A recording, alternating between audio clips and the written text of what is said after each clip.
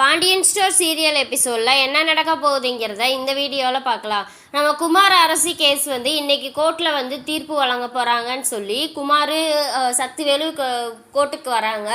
நம்ம பாண்டியன், கோமதி, அரசி, சரவணன், நம்ம கதிர் எல்லாருமே கோர்ட்டுக்கு வந்துடுறாங்க. கோர்ட்டுக்கு வரவுமே பாண்டியன் வந்து விட்டுட்டு கோமதி நீங்கள் கொஞ்ச நேரம் இருங்க, நான் போய் வந்து வக்கீலை பார்த்துட்டு வரேன் அப்படின்னு சொல்லிட்டு பாண்டியன் போயிடுறாரு. பின்னாடியே சரவணனும் கதிரும் வந்து புலம்பு வந்து நின்றுட்டு இருக்காங்க. இன்றைக்கி எப்படியாவது இவனுக்கு தண்டனை வாங்கி கொடுத்தே ஆகணும் அப்படின்னு சொல்லி கதிர் சொல்கிறாரு.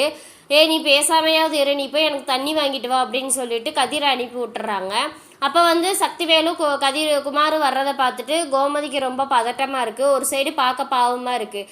பேசாமல் பழி வாங்குற எண்ணம் இல்லாமல் நீ பேசாமல் இருந்ததுன்னா இப்படி வாழ்க்கை வீணாக போகுமாடா, ஏன்டா இப்படி பண்ணிக்கிட்டு இருக்க அப்படின்னு சொல்லி மனசுக்குள்ளேயே நினச்சிக்கிட்டு இருக்காங்க. நினச்சிட்டு ரொம்ப கவலைப்பட்டுக்கிட்டு இருக்காங்க. ஐயோ, நம்ம குடும்பமும் இப்படி தான் அழுதுகிட்டே பின்னாடியே ஓடி வருமோ, பாவமே நம்ம குடும்பம் சிதைய போகுது அப்படின்னு நினச்சிட்டு ரொம்ப ஃபீல் பண்ணிக்கிட்டு இருக்காங்க. உள்ளே வந்து கோர்ட்டில் வந்து அரசியையும் குமாரையும் கூப்பிட்டு கேட்குறாங்க. இந்த மாதிரி 2 லாயருமே வாதாடுறாங்க. வாதாடி எதுவுமே ஜெயிக்க முடியல.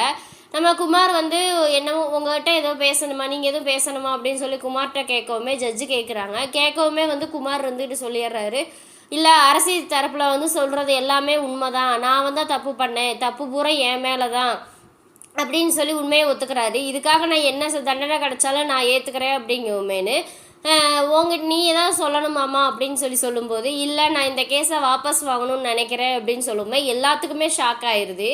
எதுக்குடா இந்த பொண்ணு இப்படி சொல்லுது, ஏமா உன்னை யாரும் மிரட்டினாங்களா, ஏதாவது கொலை முயற்சிக்கான இது பண்ணாங்களா அப்படிங்கும். அப்படியெல்லாம் இல்லை, இது நானாக எடுத்த சுய முடிவு தான் அப்படின்னு சொல்லிடுறாங்க. அந்த நேரம் பார்த்து நம்ம பாண்டியனை திரும்பி பார்க்குறாங்க. கோர்ட்டு கிளம்பாதுக்கு முன்னுக்கே பாண்டியன்ட்ட வந்து அரிசி போய் பேசிடுறாங்க. அப்பா, நான் உங்கள்கிட்ட கொஞ்சம் பேசணும்ப்பா, நான் சொல்கிறத வந்து கொஞ்சம் காது கொடுத்து கேளுங்க. நான் வந்து உங்கள் வார்த்தையை மீறணும்னு நான் நினைக்க கிடையாது. உங்களுக்கு என்னை அவ்வளோ பிடிக்கும், எனக்கும் உங்களை அவ்வளோ பிடிக்கும்ப்பா, நீங்கள் தான்ப்பா எனக்கு எல்லாமே, என்னோட பக்கபலமே. ஆனால் இருந்தாலும் இந்த விஷயத்தில் வந்து நீங்கள் சொல்கிறத கேட்காம உங்கள் வார்த்தையை மீறி நான் பேசுகிறேன்னு எதுவும் நினச்சிக்காதீங்க அப்படிங்கவும், என்னம்மா சொல்லுமா அப்படிங்கிறாங்க. இந்த கேஸ்லேருந்து நம்ம வாபஸ் வாங்கிடலாம்ப்பா அப்படிங்கவுமே பாண்டியனுக்குமே ஷாக் ஆயிடுது. என்ன அரசி பேசுகிற, அப்போ உன்னை கடத்தி உன்னைய ஒரு வாழ்க்கையை சீரழிச்சவனை வந்து நீ தப்பிக்க விடலாமா அப்படின்னு சொல்லி கேட்குறாங்க.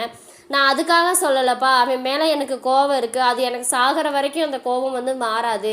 ஆனால் இருந்தாலும் வந்து அந்த குடும்பம் வந்து ரொம்ப செதஞ்சு போயிடும்ப்பா, பாவம் அந்த குடும்பத்துக்காக வந்து நம்ம வந்து கொஞ்சமாவது இறக்கம் காட்டலாம்ப்பா. அவங்க அப்பா வளர்த்ததில் வந்து அவன் இந்த தப்பை செஞ்சுட்டான், நீங்கள் வளர்த்த முறையில் வந்து நான் வந்து இந்த காரியத்தை நான் செய்யணும்னு நினைக்கிறேன் அப்படிங்குமே பாண்டியனுக்குமே ஏமா அப்படி பண்ணுற அப்படின்னு சொல்லி கேட்குறாரு. கேட்கவும், ஆமாப்பா பாவம்ப்பா அம்மாச்சி, அம்மாவை என்னைக்காவது ஒரு நாளைக்காவது பக்கத்தில் இருந்து சந்தோஷமாக இருக்கணும் அப்படின்னு சொல்லி அம்மாச்சிக்கு எவ்வளோ வருத்தம் இருக்குது தெரியுமாப்பா, கவலை, மனசுக்குள்ள அவ்வளோ கவலையாக இருக்காங்க. என்னைக்காவது ஒரு நாளைக்காவது அம்மாவும் வந்து நம்ம அம்மா கூட பேசுவோம் நம்ம குடும்பம் ஒன்று சேரும் தான் அவங்களும் நினச்சிக்கிட்டு இருக்காங்கப்பா. அதனால தயவு செஞ்சு வேண்டாம்ப்பா, நம்ம வாபஸ் வாங்கிடலாம். நம்ம யாருக்காக இல்லைன்னாலும் அம்மாவுக்காக நம்ம அதை வாங்கலாம்ப்பா, அம்மாச்சிக்காக அந்த கேஸை வாபஸ் வாங்கலாம்ப்பா. நான் அங்கே இருந்த ஒரு வாரமே என்னை அவ்வளோ இதாக அவ்வளோ பாசமாக பார்த்துக்கிட்டாங்க. அத்தை, அப்பா, அம்மாச்சி, பெரியப்பா எல்லாருமே அவ்வளோதான் என்னைய பார்த்துக்கிட்டாங்கப்பா. அதனால அவங்களுக்காக நம்ம வந்து இந்த கேஸை வாபஸ் வாங்கிடலாம்ப்பா அப்படிங்கவுமே சரிம்மா அப்படின்னு சொல்லி கூட்டிகிட்டு போகிறாங்க. அங்கேயுமே எல்லாமே வந்து சொல்லிடுறாங்க.